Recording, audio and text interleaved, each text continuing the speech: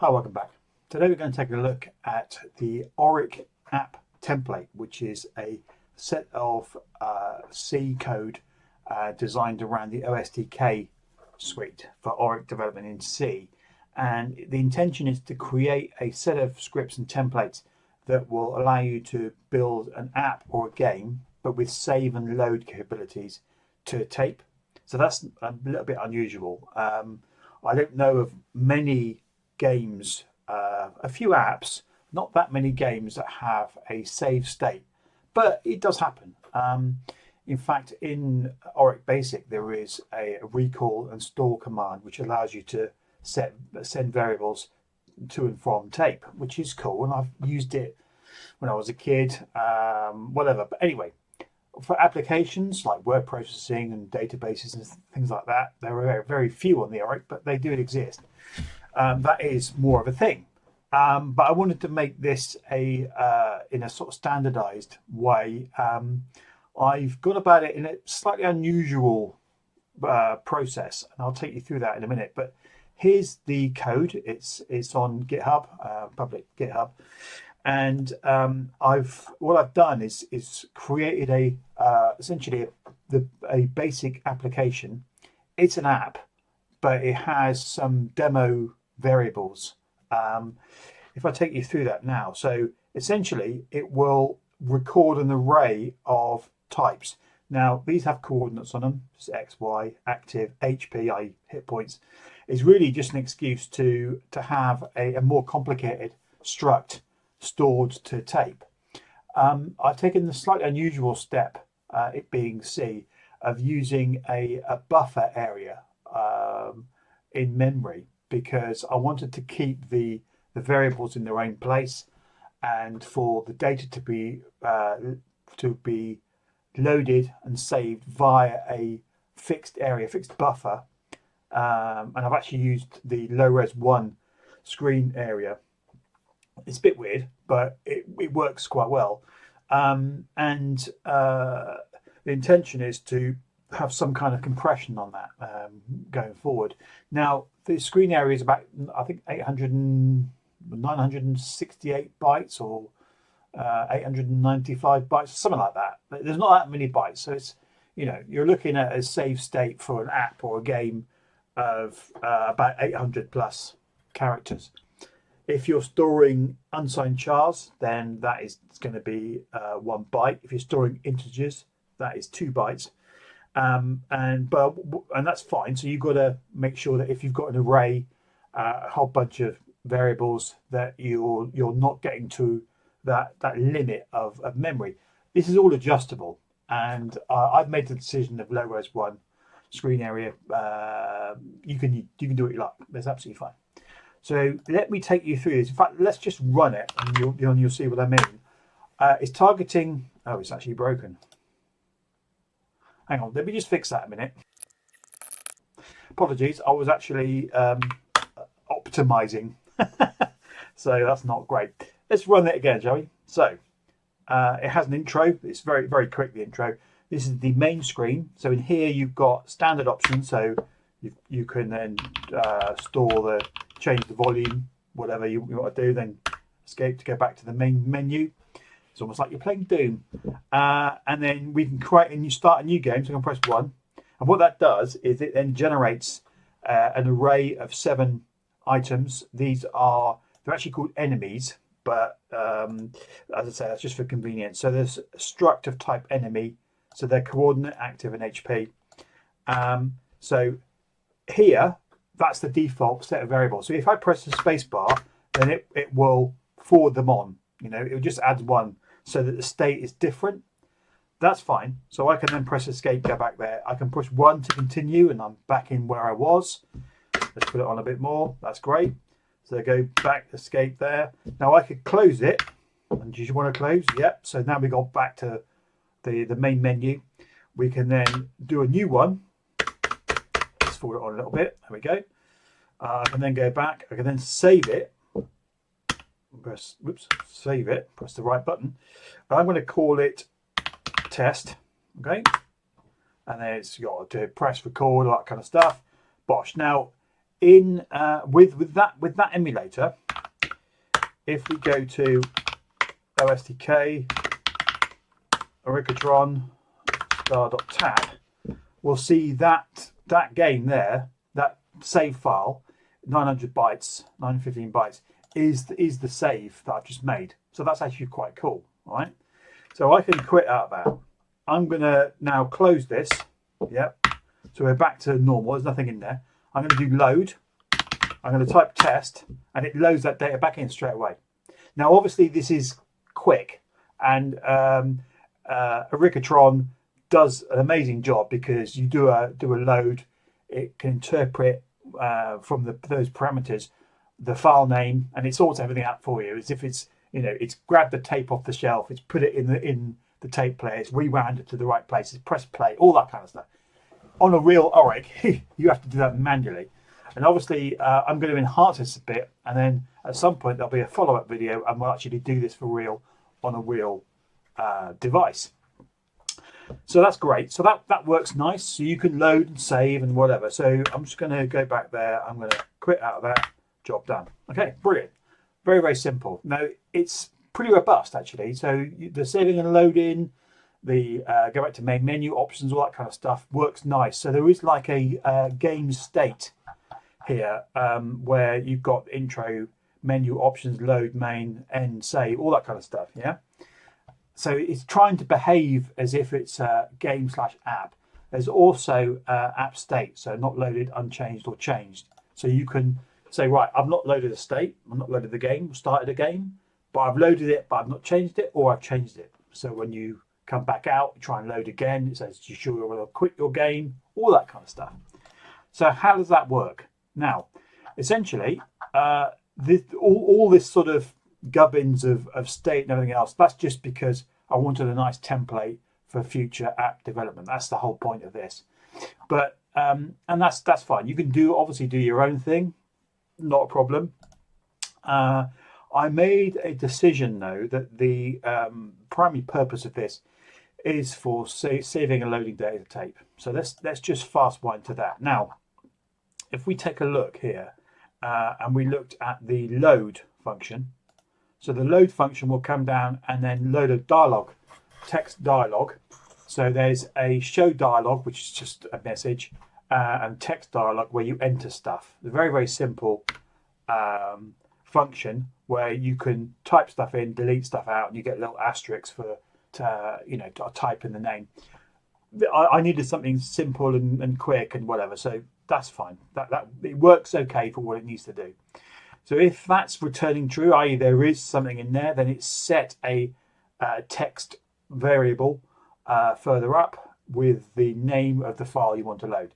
So what I'm going to do now is load the buffer from tape. So it's going to load the tape file, if you can find it, and dump it into the buffer. So I'm clearing a string here, basic string, and then I'm pushing basic. So I'm using this libbasic program, Raxis here, 2021. So I've used that. Amazing. The guy's done a fantastic job. I'm using this temporarily, and it's essentially an assembler wrapper that will allow you to execute basic commands from within C. It's supposed to kind of be supported in OSDK. Can't really get it to work very well. So I'm using this for now. I will be removing that completely. So I want to roll my own and not go for the basic interpreter at all. I'm only using the basic here to do essentially a C load or a C save. That's all I'm doing. So I'm going to replace all of that at some point, but not just yet. I've got to do some other stuff first. So anyway, so I've just loaded that. That's brilliant. Let's go back a bit. So at this point, you've got whatever's in the save in memory. So if we then go to Oric Explorer, it's going to hopefully scan that, and there's found test. So test was the application that was saved, right? So we can look at the data. Obviously, that's meaningless here, but then we can do a hex dump and see the data that gets sent.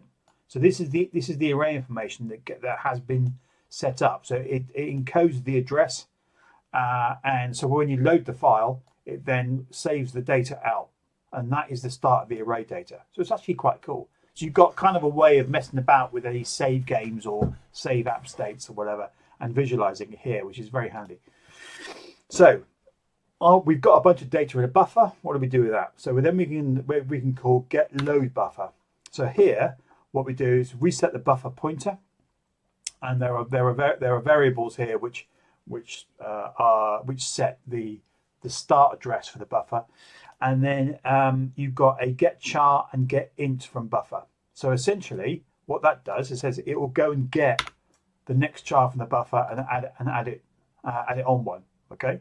If I then go and get an int from buffer, then it will get both bytes and then do some shift and combining to extract that int from those two chars, because you've got 2 bytes rather than 1.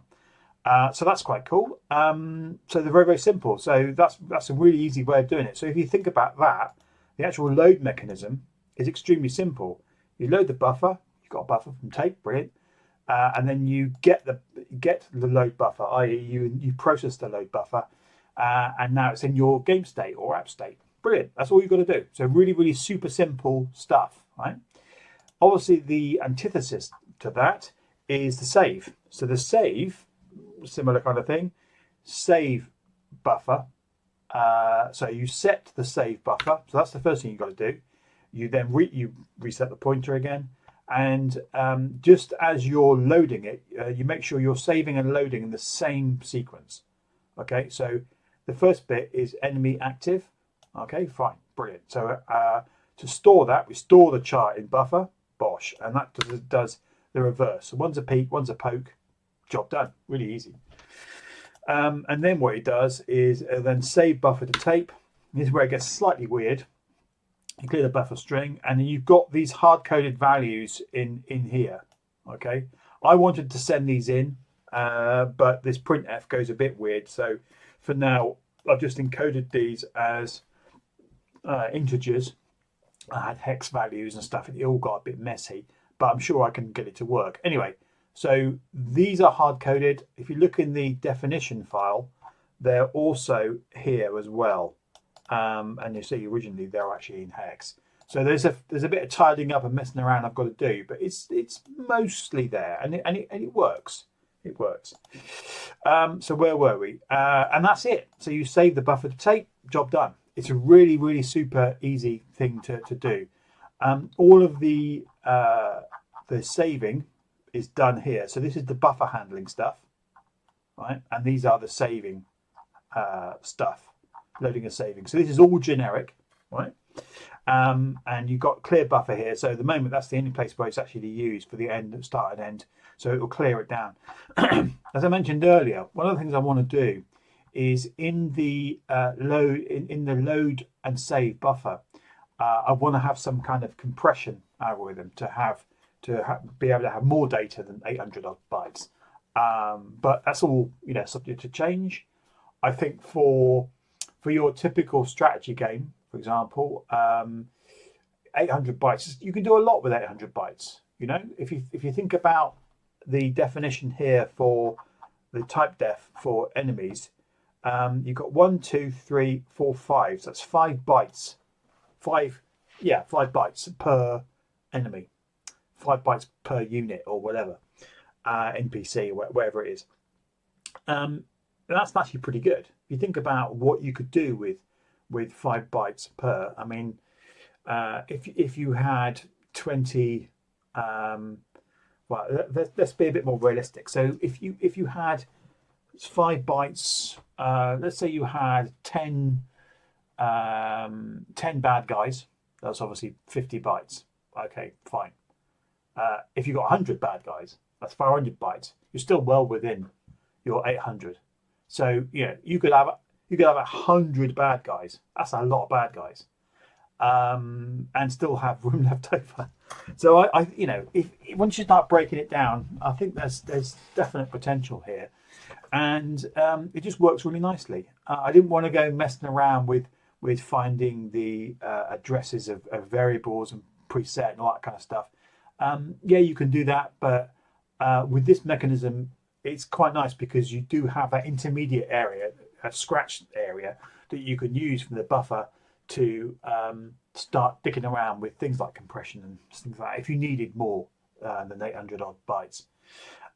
So yeah, that's it for now. I'd like to see what you guys do with it, if anything. But yeah, I think it's got legs. I'm certainly going to use it for some future game development because even though it's a bit laborious saving loading from tape, it's got a charm, you know. And in theory, you could have games that last longer and a bit more in depth, and you know, that are not just you load it up, play the game, and you go home sort of thing. That's it.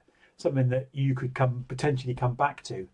Now, whether that's going to be that practical on a real device, well, I don't know. It depends. If you like the game, then why not? If it's a strategy game that's lasting a while, then yeah, definitely. So let's say, for example, you're playing something like Millennium 2.2, which was a classic on the Atari. That has a fairly decent sized game state, and that could potentially last a few hours. That game easily, and you wouldn't be finished then. So that's the kind of game you don't want to, you wouldn't want to just abandon that time. You'd want to be able to save it somehow. So yeah, it's at the moment a solution looking for a problem. But yeah, if I'll be talking about games, but obviously I've called it app template. So if there's an app begging for that, then maybe this could solve some of your issues. And the state management stuff, you might find that interesting. I don't know.